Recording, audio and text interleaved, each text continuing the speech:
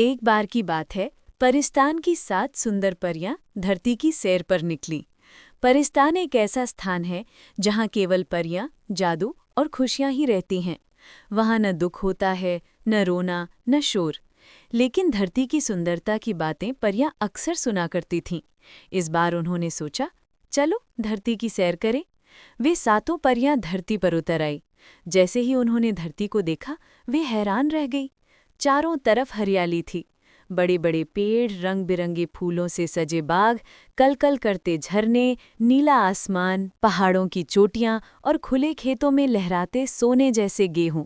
धरती सचमुच बहुत सुंदर थी।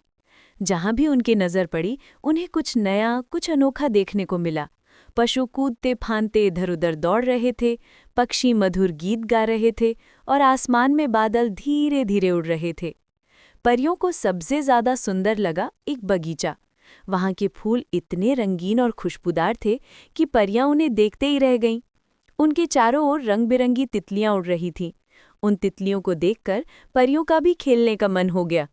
परियों ने एक जादू किया और खुद को तितलियों में बदल लिया। अब वे भी रंग बिरंगी पंखों वाली तितलियां बन चुकी थी। कोई नीली, कोई लाल, कोई पीली, कोई हरी।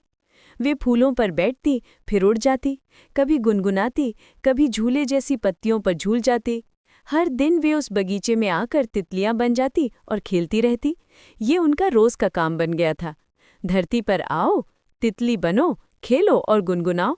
एक दिन की बात है, बगीचे में एक छोटा सा बच्चा आया जिसका नाम हरजोत था। वो बहुत प्यारा और जिज्ञासु बच्चा था। वो फूलों के बीच खेल रहा था। तभी उसकी नज़र एक खास तितली पर पड़ी। ये वही तितली थी जो असल में परी थी, सबसे सुंदर, सबसे चमकीले पंखों वाली।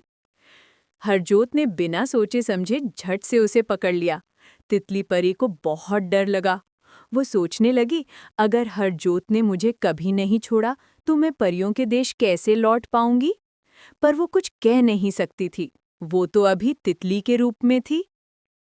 लेकिन हरजोत को ऐसा लगा जैसे तितली कुछ कह रही हो, जैसे उसकी आंखों में एक खास बात हो। उसने तितली को ध्यान से देखा और बोला, क्या तुम आजाद होना चाहती हो? तितली ने पंख धीरे से फड़फड़ाए, जैसे हाँ कह रही हो। हरजोत को समझ आ गया कि इस सुंदर तितली को उड़ना पसंद है। वो मुस्कुराया और बोला, जा तितली, उड़ जा, तुम्हें आजाद रहना चाहिए। जैसे ही उसने तितली को छोड़ा, तितली फौरन उड़ गई। पर थोड़ी देर बाद उसने हवा में एक गोल चमकदार गोला बनाया जो धीरे धीरे आसमान में गायब हो गया। उसी रात हरजोत को एक बहुत ही सुंदर सपना आया। उसके सामने वही तितली आई, लेकिन अब वो तितली नहीं, एक परी बन चुकी थी। उसके लंबे बाल, चमकदार पंख और मुस्कुराता चेहरा देखकर हरजोत बहुत खुश हुआ। परी ने मुस्कुराकर कहा, हरजोत, तुमने मुझे आज़ाद किया, इसलिए मैं तुम्हें खास तोहफा देने आई हूँ। पलक झपकते ही परी ने अपने जादू से हरजोत को हवा में उड़ाया और वे दोनों एक चमकदार रास्ते पर उड़ते हुए परियों की दुनिया परिस्तान पहुंच गए। वहां सब कुछ चमक रहा था, रंग बिरंगे फूल, झीलों का मीठा पानी और चारों ओर उड़ती परियों। परी ने हरजोत को वहां के फल खाने को दिए, जैसे मीठे आम, रस भरे अनानास और जादुई सेब, जिनका स्वाद उसने पहले कभी नहीं चखा था। फिर परी ने एक प्याले में दूध दिया जो बिल्कुल सफ़ेद और झिलमिलाता था। हरजोत ने जैसे ही एक घूंट पिया, उसे लगा जैसे वो उड़ने लगा हो। वो दूध सचमुच अमृत जैसा था। हरजोत वहां बहुत देर तक खेला, नाचा, गाया और परियों से दोस्ती की। फिर परी ने कहा, अब तुम्हें वापस जाना होगा, लेकिन याद रखना, जब भी तुम किसी को आज़ाद करोगे, किसी की मदद करोगे, हम परियां तुम्हारे साथ होंगी। हरजोत की आंख खुली तो वो अपने बिस्तर पर था। उसे लगा जैसे वो सपना था, लेकिन तभी उसकी तकिए के पास एक चमकदार पंख रखा हुआ था, वही पंख जो परी के तितली रूप में था। हरजोत समझ गया कि वो सपना नहीं था, वो सच था, और अब से वो हमेशा जानवरों, पक्षियों और तितलियों की रक्षा करेगा।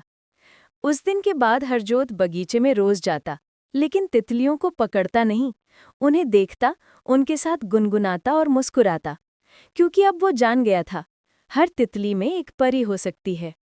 सीख: दूसरों को आज़ादी देना सबसे बड़ा उपहार होता है। दया और करुणा से हमें असली जादू का अनुभव होता है।